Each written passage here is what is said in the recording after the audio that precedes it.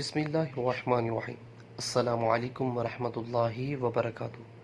نبی کریم صلی اللہ علیہ وسلم نے فرمایا، جس نے پہاڑ سے اپنے آپ کو گرا کر خودکشی کر لی وہ جہنم کی آگ میں ہوگا اور اس میں ہمیشہ پڑا رہے گا، اور جس نے زہر پی کر خودکشی کر لی وہ زہر اس کے ساتھ میں ہوگا اور جہنم کی آگ میں وہ اسے اسی طرح ہمیشہ پیتا رہے گا، اور جس نے لوہے کے کسی ہتھیار سے خودکشی کر لی تو اس کا ہتھیار اس کے ساتھ میں ہوگا اور جہنم کی آگ میں ہمیشہ کے لیے وہ اسے اپنے پیٹ میں مارتا رہے گا۔ اللہ اکبر۔